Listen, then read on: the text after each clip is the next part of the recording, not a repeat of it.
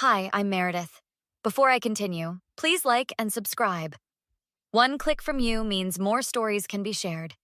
Help us reach 1,000 subscribers and make a difference. Let's begin. It's been 3 years since that infamous Christmas dinner, and I still get a surge of satisfaction when I think about how it all played out.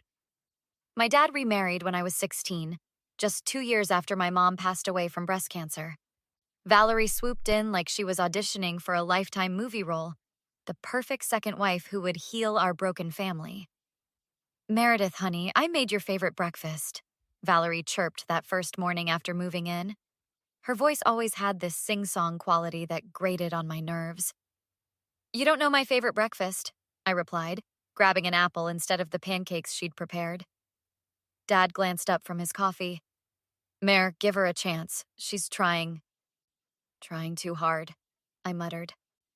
Valerie's smile never faltered. It's okay, Richard. We have plenty of time to get to know each other. My older brother, Jake, who was home from college that weekend, kicked me under the table. The pancakes are great, Valerie. Thanks. That was our dynamic for the first year. Valerie trying desperately to mother me resisting at every turn, Dad pleading for peace, and Jake playing mediator when he was around.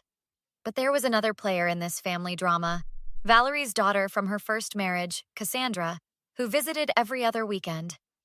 My mom says you're being really difficult, Cassandra informed me during her second visit, sprawled across my bed uninvited. Your mom should mind her own business. She is minding her business. You're her business now. Cassandra smirked. She was 14 and already mastered the art of being insufferable. I'm nobody's business but my own, I shot back. Whatever, she's just trying to be nice. You should call her mom. It would make her happy. I laughed. That's never happening. The tension built steadily over that first year. Valerie kept pushing boundaries, rearranging Mom's things, suggesting we update the house. She was constantly touching me, fixing my hair, straightening my clothes, putting her hand on my shoulder. I hated it. I wish you'd stop, I told her once when she tried to fix my collar before school. Stop what, sweetie? Stop touching me all the time. Stop trying to replace her. Valerie's face fell. I would never try to replace your mother, Meredith. I just want us to be close. Well, we're not. And we're not going to be. My best friend Ashley was my lifeline through all this. We'd spend hours at her house where I could escape the suffocating atmosphere at home. She replaced all the photos in the living room, I told Ashley one day, sprawled across her bedroom floor. There used to be pictures of Mom everywhere, and now it's all wedding photos and these staged family portraits she made us take. That's messed up, Ashley agreed, passing me a bag of chips. What did your dad say? He said it's Valerie's house too, and she should feel comfortable, like my mom's memory makes her uncomfortable or something. Have you told him how it makes you feel? I sighed. He just says I need to try harder, that Valerie is fragile and needs our support. Fragile? Ashley snorted. She sounds manipulative to me. The Christmas incident happened during our second year as a blended family. Valerie had gone all out, decorating every inch of the house, planning an elaborate dinner, inviting her entire extended family. My grandparents from Mom's side were supposed to come too, but Valerie changed the time at the last minute because of oven space issues, making it impossible for them to attend due to their flight schedule. Did you do that on purpose? I confronted her in the kitchen while she was preparing the turkey. Do what, Meredith? Change the dinner time so Mom's parents couldn't come. Valerie sighed dramatically. Not everything is a conspiracy against you. I had legitimate scheduling concerns. You knew they couldn't make it earlier. We discussed it when we set the original time. Well, I'm sorry they can't be flexible. Christmas is complicated for everyone. Dad walked in then. Everything okay in here? Just fine, honey, Valerie said, her voice instantly sweetening. Meredith was just helping me with the cranberry sauce. I hadn't been, but I didn't correct her. What was the point? Dinner was a parade of Valerie's relatives cooing over how brave Dad was and what a blessing Valerie had been to our family. Jake had brought his new girlfriend Emma, who kept shooting me sympathetic glances across the table. Cassandra was there too, along with Valerie's parents, her sister, and her sister's husband. "Let's all say what we're thankful for," Valerie suggested when everyone was seated. "Richard, you start." Dad smiled. "I'm thankful for this beautiful family we've created. For second, chances at happiness." Everyone awed appropriately. When it came to my turn, I said simply, "I'm thankful for memories." Valerie's smile tightened. "That's nice, dear. I'm thankful that God brought me to this family when Richard and his children needed a mother's love most." I felt my face flush. "We don't need a mother. We had one." The table went silent. "Meredith," Dad warned. Valerie reached for my hand. "It's okay, Richard." "Meredith, sweetheart, I know I can never replace your mom. I just want to be here for you, as a mother figure." "You're not my mother. You'll never be my mother." "Of course, dear," she said condescendingly. "But in time, perhaps you'll see me as a second mom." "No," I said firmly. "I won't." "Meredith, that's enough," Dad interjected. Valerie's mother chimed in. "You know, young lady, you should be grateful. My Valerie has opened her heart to you. The least you could do is show some respect." "I haven't disrespected her," I said. "I just don't want to pretend she's my mom." "Maybe you could start by calling me Mom instead of Valerie," she suggested with that fake smile. "Just to try it out." I stared at her in disbelief. "No, I won't do that." "Just once," she pressed, "as a Christmas gift to me. Just say, 'Thank you, Mom.'"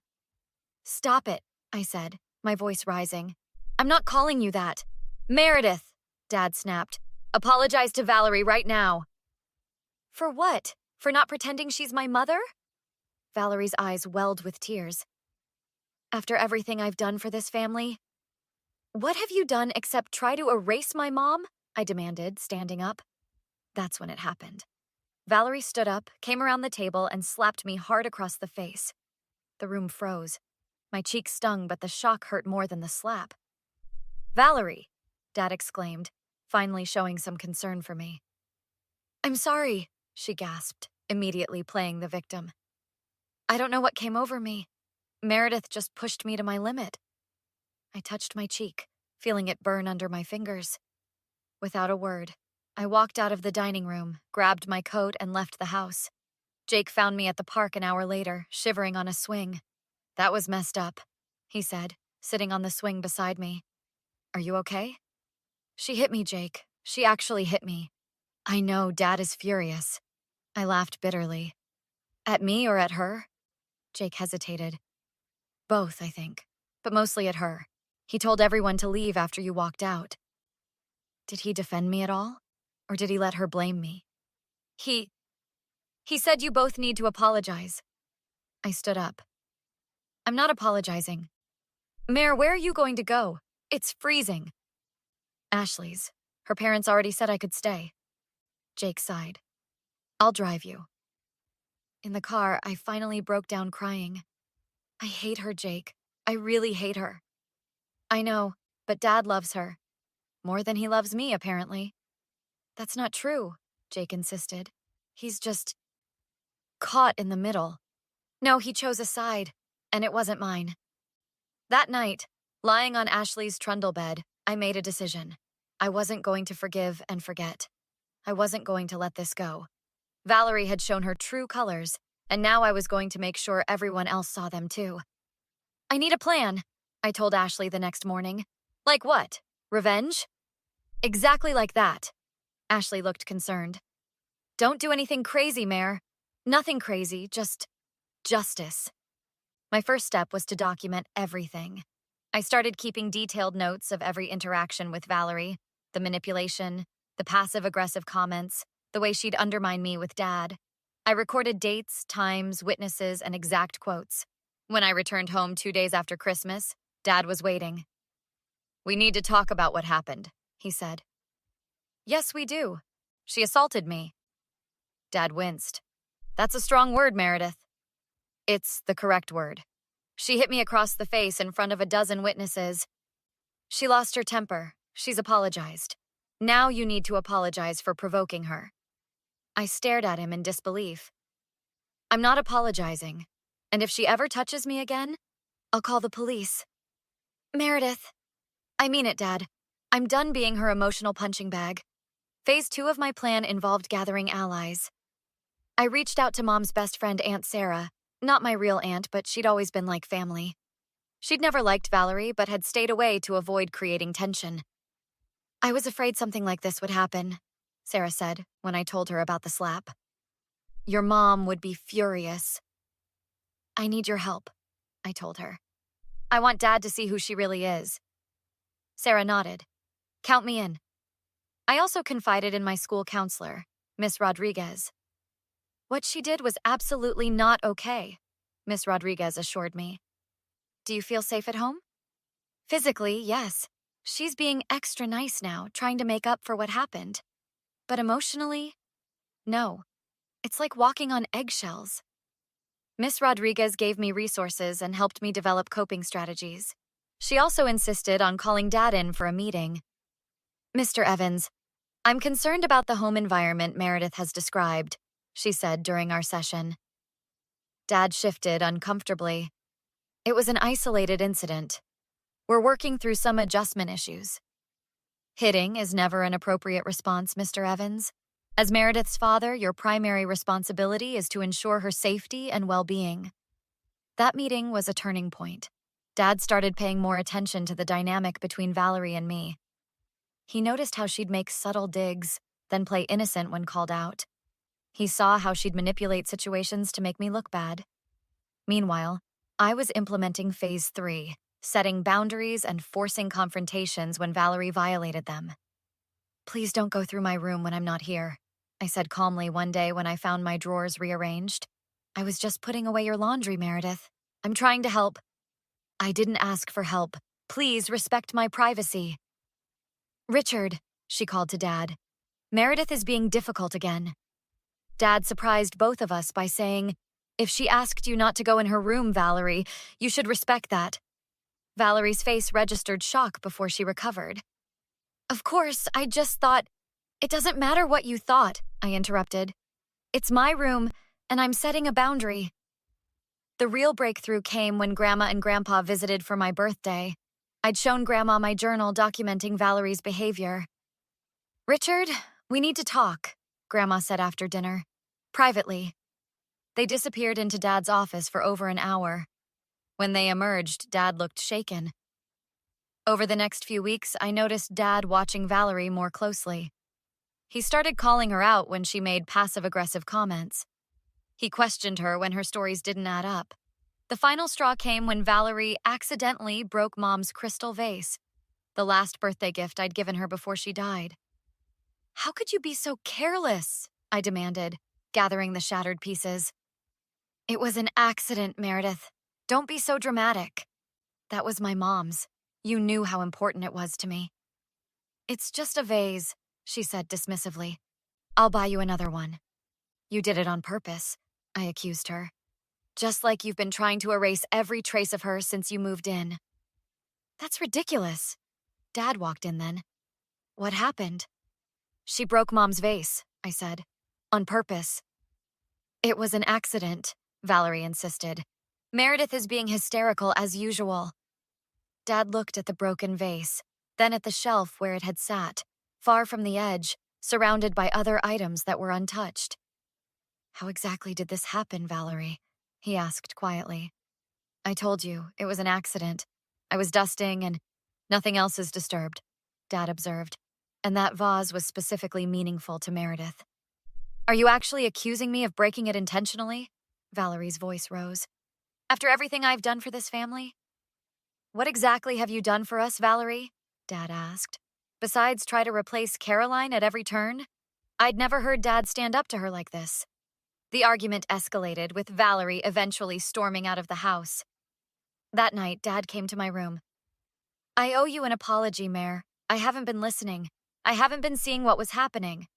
She's been trying to erase Mom from the beginning, I said. Dad nodded.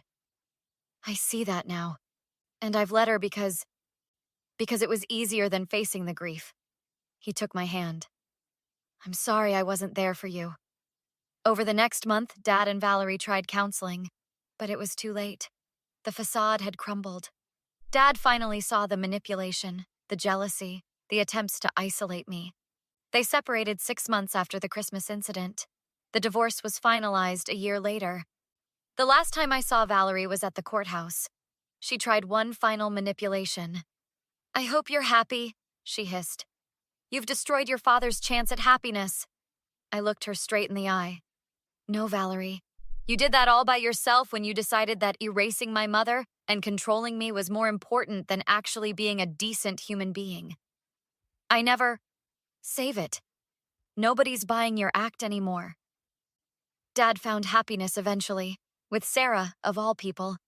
They'd reconnected during the divorce process, bonding over memories of Mom. They're engaged now, and Sarah is everything Valerie wasn't.